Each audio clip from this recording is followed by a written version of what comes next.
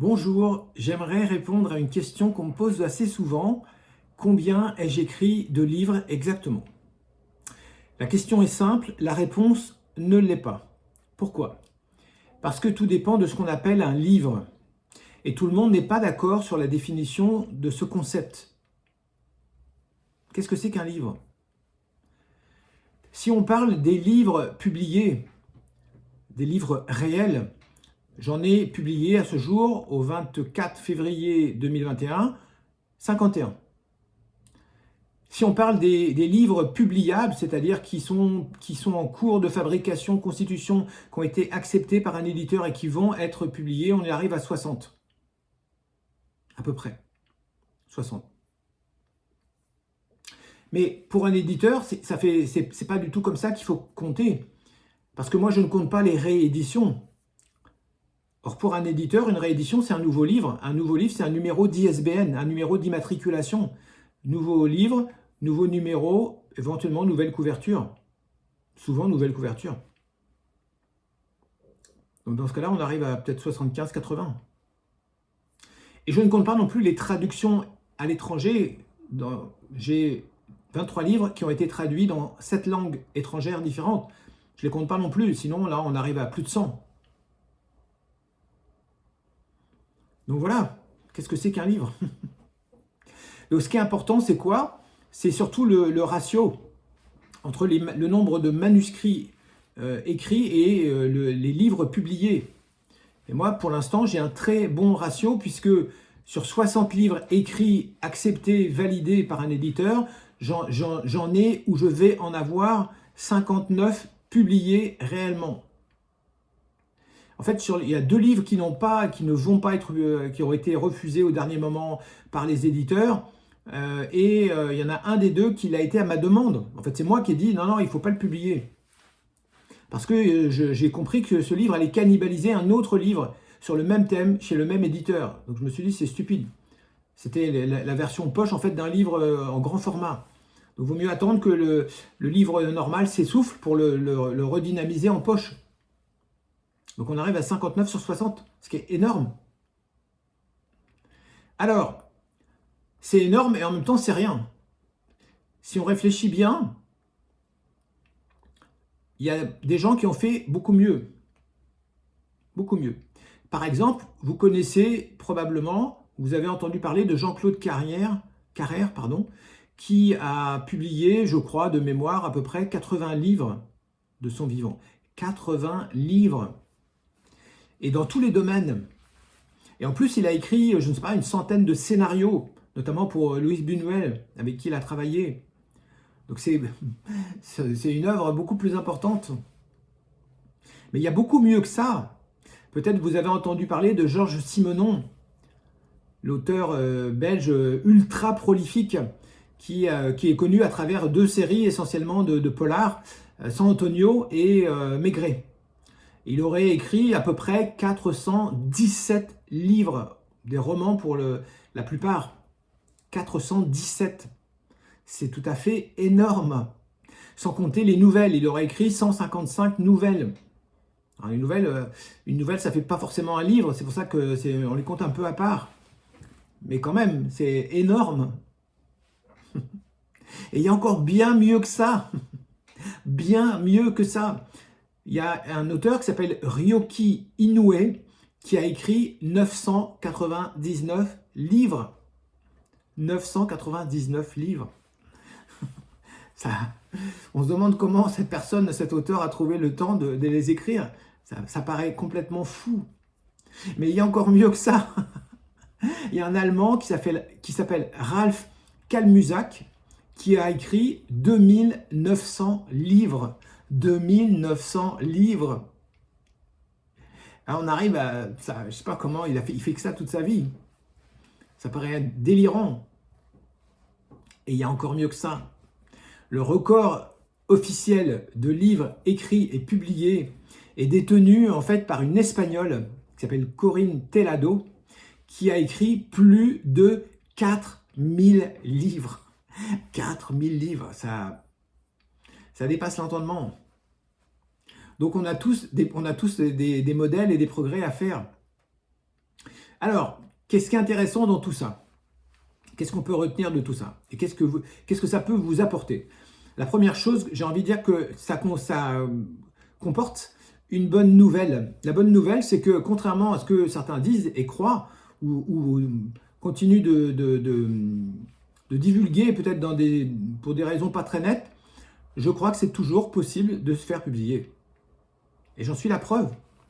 Quasiment tous mes livres sont publiés ou en cours de lettres, 98%. C'est quand même énorme. C'est des vrais éditeurs, parce que pour les vrais éditeurs, l'auto-édition ne compte pas, évidemment, parce que n'importe qui peut éditer n'importe quoi. Donc ça prouve rien. 98% de livres édités. Alors, souvent, j'entends un chiffre qui circule en fait dans le monde de l'édition, mais qui n'a jamais été confirmé, que je n'ai jamais réussi ni à confirmer ni à infirmer. C'est le chiffre de 1 pour 1000. Un livre pour 1000 manuscrits reçus. Ça voudrait dire que vous avez une chance sur 1000 d'être publié chez un vrai éditeur. Personnellement, je ne crois pas une seconde à ce chiffre-là, parce que, encore une fois, mon expérience va à l'encontre de ça. Mais essayons de comprendre ce que ça veut dire. Alors d'abord, ce chiffre, il n'a pas été validé parce que je ne sais pas d'où il sort. Peut-être un journaliste a dû dire ça un jour, a dû écrire ça dans un article, et après ça a été repris en boucle comme une vérité, parce que c'est souvent comme ça que les choses se passent. Mais moi j'ai interrogé mes éditeurs et tous les gens que je connais, et personne ne m'a confirmé ce chiffre-là. Donc je suis assez méfiant par rapport à ça. Surtout que, évidemment, le problème, c'est qu'à supposer qu'il soit vrai, à supposer que ce chiffre soit vrai, mais je ne crois pas, ça n'a pas vraiment d'intérêt en vérité, parce que chaque éditeur a son pourcentage. Si vous envoyez un certain type de livre à un certain type d'éditeur ultra connu, là, vous risquez d'avoir effectivement beaucoup de manuscrits et pour très peu de livres publiés, donc peu de chances de l'être. Mais si vous envoyez un manuscrit ciblé à un éditeur moyen ou pas très connu, vos chances sont multipliées par 10 ou par 100.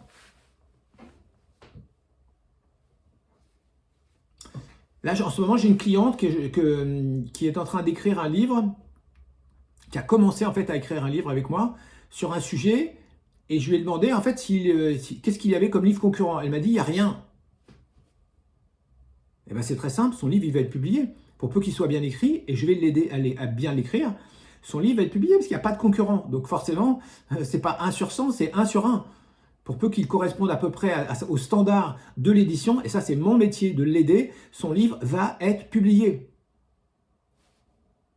Parce que s'il n'y a pas de livre sur ce thème-là, tous les éditeurs dans le domaine vont vouloir ce livre-là. Parce que forcément, il va se vendre comme des petits pains. Pour peu, encore une fois, qu'il soit bien écrit. A contrario, si vous écrivez votre autobiographie et que vous l'envoyez chez Albin Michel ou Seuil ou Hachette, tout simplement, les gros poids lourds de l'édition, vous n'avez quasiment aucune chance de l'être publié. Pourquoi? Réfléchissez 2 secondes. Est-ce que vous lisez les autobiographies des autres?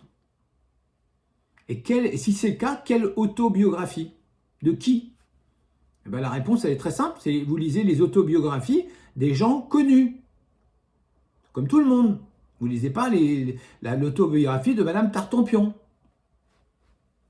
Sauf si par hasard, elle a écrit sur un sujet qui vous concerne spécifiquement. Peut-être que ça vous donnera, si le titre est aguicheur, si la couverture est bien, si le livre est bien placé, s'il y a de la promotion autour, s'il y a un bouche à oreille autour, s'il est bien écrit, si. Mais là, vous voyez bien que les chances diminuent au fur et à mesure que j'évoque des critères. Donc l'autobiographie, c'est un genre où il y a très peu de chances d'être édité. C'est pourquoi la plupart des autobiographies sont auto-éditées.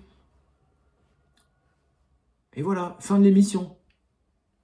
Si vous écrivez des guides pratiques comme moi, par exemple, un guide pratique, c'est sûr que ce n'est pas 1 sur 1000. C'est sûr et certain. Je ne sais pas si c'est 1 sur 100 ou 1 sur 10, mais le ratio, ce n'est pas 1 sur 1000. On a beaucoup plus de chances d'être édité. À supposer, encore une fois, que 1, on sache de quoi on parle, et 2, qu'on sache écrire. Et ça, ce n'est pas le cas de tout le monde. Il y a beaucoup de livres mal écrits.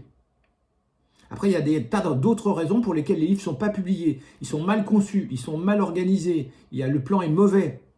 voilà, ou le titre, enfin le titre non, mais plein d'éléments peuvent interférer. Le livre peut être trop court ou trop long, par exemple.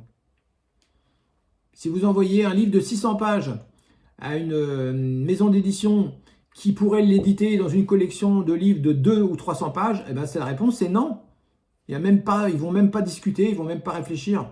C'est va le faire voir. Mais ça, c'est de votre faute, c'est parce que vous l'avez écrit trop gros, parce que vous n'avez pas réfléchi avant. C'est tout. Je ne devrais pas dire c'est de votre faute. Je ne vais pas vous culpabiliser. Je vais vous expliquer comment ça fonctionne. Moi, j'écris pour être publié et je coach mes clients pour qu'ils soient tous publiés chez des vrais éditeurs de préférence. Après, j'ai rien contre l'auto-édition, ça peut être intéressant aussi dans certains cas, pour certains types de livres, pour certains genres littéraires ou pour certains projets. Moi, j'envisage d'écrire un livre en auto-édition. Et ce livre, je n'envisage pas une seconde de le passer chez un vrai éditeur. Pourquoi? Parce que c'est un livre sur les wargames. C'est un livre, par exemple, qui ferait le point sur les wargames historiques. Or, le monde des wargames change tout le temps. Donc, il faudra mettre à jour tout le temps ce livre. Le seul moyen de le mettre à jour, c'est d'avoir un livre numérique et d'avoir la main sur le livre, autrement dit, de l'auto-éditer. Donc, pour ce type de projet, ça ne peut être que de l'auto-édition. C'est hors de question d'aller voir un éditeur, ça n'a aucun sens. Par exemple, c'est comme ça qu'il faut raisonner. Donc voilà, j'espère que ça va vous aider, j'espère que ça vous aidera à réfléchir, à avancer dans votre cheminement si vous envisagez d'écrire un livre. En tout cas, gardez en mémoire la bonne nouvelle. Il y a beaucoup plus de possibilités d'être édité que ce que certains veulent bien dire ou croire, tout simplement parce que les éditeurs ont besoin de textes, ont besoin de manuscrits, ont besoin d'auteurs. Toujours. Les éditeurs ne créent rien, n'écrivent rien, ils transforment des manuscrits en livres. La matière première, c'est le manuscrit. Donc, ils cherchent en permanence des nouveaux manuscrits, des nouveaux thèmes, des nouveaux auteurs. C'est le travail d'un responsable de collection. Donc, si vous avez un thème porteur, si vous avez un sujet que vous maîtrisez sur lequel il n'y a pas beaucoup de livres, parce que si vous écrivez sur des thèmes où il y a déjà 20 000 livres, là, évidemment, vos chances d'être publiés sont fragiles, sont ridicules même. Mais si vous êtes seul, si vous avez soit un thème sur lequel vous êtes peu ou pas nombreux, soit un discours, une thèse, une technique, une technologie, une méthode ou une histoire, si vous écrivez un roman, une histoire originale, avec un style, vous pouvez être édité. C'est tout. Et c'est ça. Et maintenant, au boulot.